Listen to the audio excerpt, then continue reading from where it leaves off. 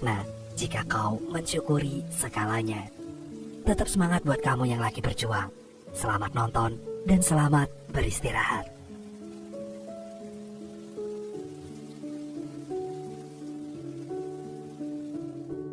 Pria ini bernama Jason. Dia adalah cucu seorang miliarder kaya raya yang bernama Red dan baru saja wafat karena faktor usia. Di pemakaman kakeknya itu, dia terlihat sedang berjalan melenggang, sama sekali gak menunjukkan bela sungkawa kepada kakeknya tersebut. Mendiang kakeknya adalah seorang pengusaha yang sangat kaya raya dan dermawan yang selalu sukses menjalankan bisnis, namun dia gagal dalam hal mendidik anak dan juga cucunya. Meski ia dikelilingi sanak keluarga yang tamak, namun Jason sendiri bukanlah tipikal cucu yang suka memeras harta keluarganya. Setelah prosesi pemakaman selesai, keluarga Jason malah meributkan soal warisan. Mereka bahkan gak terima dengan warisan yang telah dibagikan oleh Red, hingga akhirnya berakhir pergi meninggalkan ruangan itu. Hanya Jason satu-satunya yang gak ribut soal warisan. Namun ketika Jason hendak pergi, ia justru dipanggil oleh seorang pengacara untuk memperlihatkan sebuah video sebagai wasiat dari kakeknya. Awalnya ia gak begitu tertarik untuk mendengarkan, namun setelah kakeknya menyebutkan akan memberikan hadiah yang istimewa, ia mulai mendengarkan dengan seksama. Namun untuk mendapat hadiah itu tentu tidaklah mudah.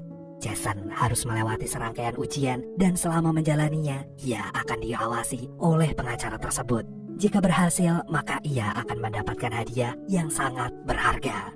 Dan ujian pertama yang harus ia lalui adalah bekerja. Jason yang belum pernah bekerja seumur hidup pun bingung. Dia pun mulai menceritakan segala hal yang terjadi kemarin kepada pacarnya dan meminta pendapat apakah Jason harus menerima tantangan itu atau tidak. Namun bagi pacarnya, lelaki seusia Jason memanglah seharusnya bekerja. Dan keesokan paginya, Jason yang masih menyimpan banyak tanya di pikirannya pun memulai perjalanan ke Hudson. Ia yang terbiasa naik pesawat kelas bisnis, kali ini harus merasakan ketidaknyamanan dan terus menggerutu di kelas ekonomi. Dan setibanya di Hudson, ia disambut dengan hangat oleh seorang petani tua sekaligus sahabat karib Red yang bernama Gus. Jason yang selalu bersemangat belum apa-apa sudah menanyakan keberadaan hadiahnya, sedangkan Gus hanya meresponnya dengan tawa. Pagi pun menjelang, Jason yang gak terbiasa bangun pagi pun masih molor di kasurnya. Gus yang sudah siap untuk memberinya ujian pun mengajaknya untuk pergi ke hamparan ladang yang sangat luas. Dengan perasaan kesal, Jason diajak ke ladang untuk memasang pagar kayu di sana. Gus memberinya imbalan $1 untuk setiap pagarnya, dan bagi Jason nominal tersebut terlalu kecil. Alih-alih menyelesaikan tugasnya, ia malah tidur di atas kayu-kayu itu. Dan Gus yang memahami posisi Jason pun hanya bisa membiarkannya. Selama berhari-hari, Jason yang selalu gagal membuat pagar pun hanya makan, tidur, sampai bosan 7 keliling. Karena bosan dengan rutinitas yang itu-itu aja, akhirnya ia mulai menggerakkan tubuhnya untuk mengerjakan tugas memasang pagar kayu sesuai permintaan Gus. Hari demi hari ia lalui dengan menyelesaikan tugasnya. Dan siapa sangka, Jason seorang pemalas yang manja ternyata juga bisa menyelesaikan tugas tersebut. Dan ujian pertama Jason pun berhasil dilewati. Gus yang merasa tugasnya sudah selesai pun akhirnya mengantarkan Jason kembali pulang. Dan sebelum pulang, Jason sempat menanyakan soal hadiah yang harusnya saat ini udah dia terima. Gus lagi-lagi hanya tertawa dan gak menjawab pertanyaan Jason. Jason yang kesal karena merasa dipermainkan pun langsung mencari pengacara dan mempertanyakan sebetulnya di mana hadiah itu berada. Dan sang pengacara yang berusaha melakukan tugasnya dengan baik pun menjawab bahwa hadiah pertama yang ia terima itu dari mendiang kakeknya adalah bekerja. Dan gak ada angin, gak ada hujan, sesampainya di rumah, Jason menjadi orang yang berubah 180 derajat. Karena kini ia melarat dan sama sekali gak punya uang.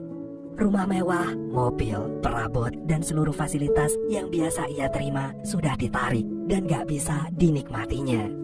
Penarikan seluruh fasilitas ini adalah bagian dari rencana Red. Red percaya bahwa hidup akan menjadi lebih berarti ketika kita gak memiliki apa-apa. Tuh teman-teman, jangan sedih kalau lagi bokeh. Dan ujian kedua yang harus dilalui Jason selanjutnya adalah menemukan teman sejati. Namun Jason yang naif pun buru-buru mencari pacarnya. Mereka sudah lama pacaran sehingga ia berharap bisa memenuhi kriteria teman sejati supaya bisa segera lulus dari ujian itu. Jason pun mengajak pacarnya pergi ke restoran mewah, dan ketika ingin membayar, Jason kicep ketika waiters mengatakan bahwa ATM-nya sedang dibekukan meski tengsin setengah mati. Akhirnya Jason pun memohon kepada pacarnya untuk membayarkan tagihan terlebih dulu. Merasa dibohongi, pacarnya pun beranjak pergi sambil terisak-isak. Rumor bahwa Jason kini telah bangkrut pun telah beredar. Teman-temannya yang biasa menghabiskan waktu dengannya kini gak mau berhubungan dengan Jason lagi. Beberapa kali Jason mencoba pinjam uang pada temannya, namun semuanya menolak dan gak mau berhubungan lagi dengan Jason. Ia yang kini gak punya apa-apa hanya bisa tidur di kursi taman. Bahkan ia gak segan-segan rebutan tempat dengan gelandangan. Mereka mencoba adil dengan suit uang. Namun setelah merogoh saku, ternyata gak ada satupun dari mereka yang punya uang koin. Akhirnya datanglah seorang anak yang sukarela memberinya uang. Namun setelah Jason melempar koin tersebut, sang gelandangan pun membawanya kabur. Ia pun mulai meratapi nasibnya yang selalu dicurangi. Dan di fase-fase terendahnya pun, ia terpaksa melihat pacarnya kini telah menggandeng pria lain.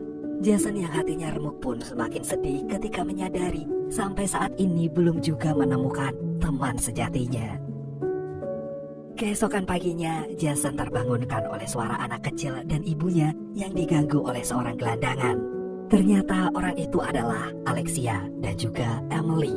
Jason yang gercep pun langsung membantu mereka dengan menggertak dan menghardik gelandangan tersebut. Dan setelah kejadian itu, Jason mulai menceritakan kondisinya yang sedang membutuhkan teman sejati. Emily yang ingin membalas kebaikan Jason pun sepakat untuk menjadi teman sejatinya.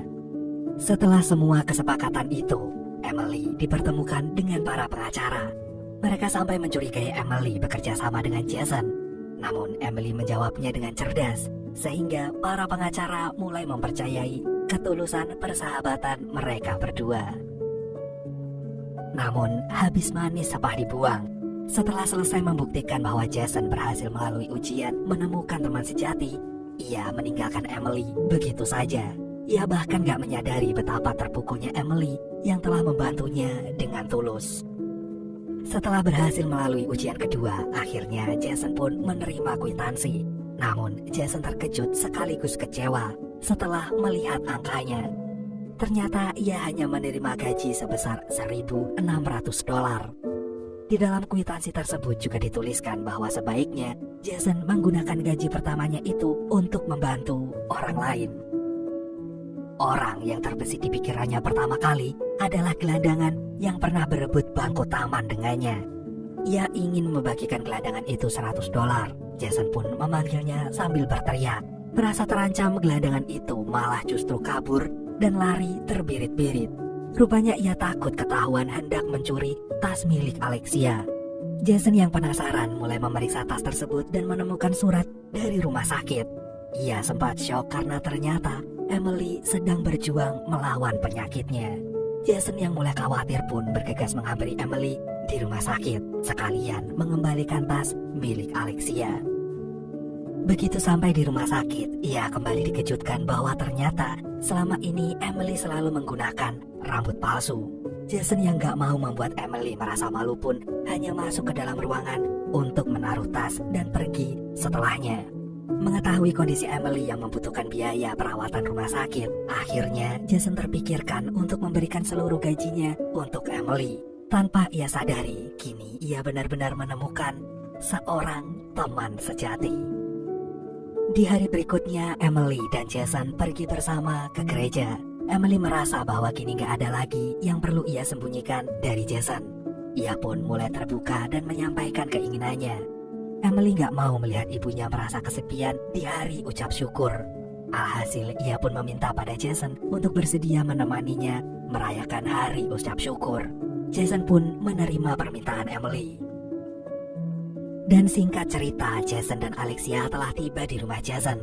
Selama menyantap hidangan, keluarga Jason selalu saja meributkan soal warisan. Dan hal itu pun membuatnya muak. Jason yang sudah nggak tahan dengan tabiat keluarganya pun beranjak pergi dengan perasaan yang kesal sekaligus malu kepada Alexia. Ujian demi ujian ia lalui. Kini kakeknya meminta Jason untuk pergi ke Afrika sebagai ujiannya yang ketiga. Dengan pergi ke Afrika, kakeknya berharap Jason mampu memaknai pertemuan dengan teman sejatinya, yakni Emily, untuk berpisah sementara waktu dengan dirinya. Sebelum pergi, Jason pun menyempatkan waktu untuk berpamitan dengan Emily.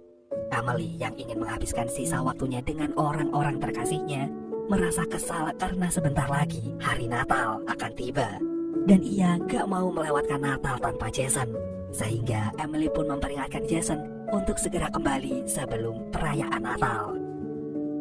Keesokannya Jason tiba di desa yang amat terpelosok. Di sana ia disambut oleh dua orang yang bekerja di sebuah perpustakaan yang didirikan oleh kakeknya. Sewaktu memeriksa keadaan, seorang laki-laki datang menghampiri Jason dan menceritakan sejarah ayahnya sembari mendatangi lokasi kecelakaan ayahnya. Rupanya dahulu ayahnya pernah kabur dari rumah karena pusing dengan bisnis keluarga. Ketika di jalan, nasib naas menimpanya. Ia mengalami kecelakaan pesawat yang membuat nyawanya meregang. Dari situlah ia menyadari bahwa selama ini ia telah salah paham dengan ayahnya. Belum selesai dengan dukanya yang mendalam, tiba-tiba sekelompok orang datang mengancam dan menculik mereka. Merasa bahwa menculik orang kaya dari Amerika dapat menghasilkan keuntungan bagi mereka, tanpa babi bu, mereka berdua disekap dan ditutup matanya, lalu dibuang ke petak kecil dan mengunci mereka selama berhari-hari. Di suatu pagi, Jason pun dikejutkan ketika ia ditarik keluar dari petak itu dan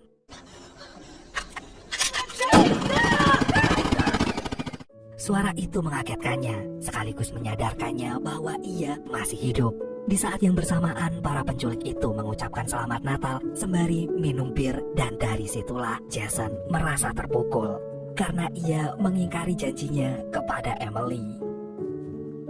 Penculik itu rupanya benar-benar gak punya hati. Jason kembali dimasukkan ke dalam petak. Namun kini Jason tertolong oleh keadaan. Karena para penculik itu dalam kondisi mabuk berat, mereka bahkan gak mengunci dengan benar. Alhasil Jason pun berhasil kabur dengan temannya.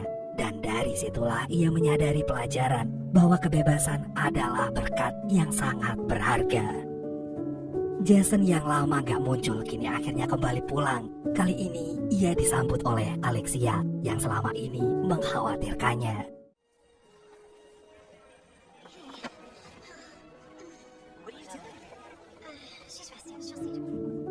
Setelah melepas rindu dengan Alexia, Jason pun mulai menjenguk Emily di rumah sakit. Emily yang kesal karena janjinya gak ditepati pun meminta Jason untuk menemaninya berkuda. Jason yang gak mau mengingkari janjinya lagi pun langsung menghubungi Gus untuk menyiapkan rumah dengan suasana Natal, dan mereka bertiga pun berangkat ke Hudson. Setibanya di sana, mereka dibuat takjub dengan desain rumah Gus dan menikmati sore hari dengan berkuda. Sebetulnya Emily takut dengan kuda, namun ia ingin menghabiskan sisa waktunya untuk melawan rasa takutnya bersama dengan orang-orang terkasihnya. Di malam hari, Jason kembali menyaksikan rekaman wasiat kakeknya.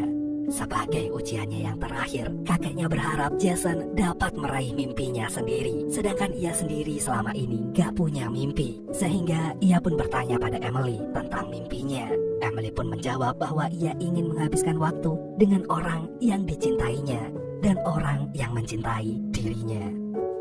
Pernyataan Emily pun menyadarkan kepada Jason, dan Jason pun menyatakan kepada pengacara bahwa mimpinya adalah membantu orang lain untuk mencapai mimpinya. Sang pengacara pun tanpa ragu-ragu memberinya cek sebesar $100 juta. Jason pun kaya dalam waktu semalam.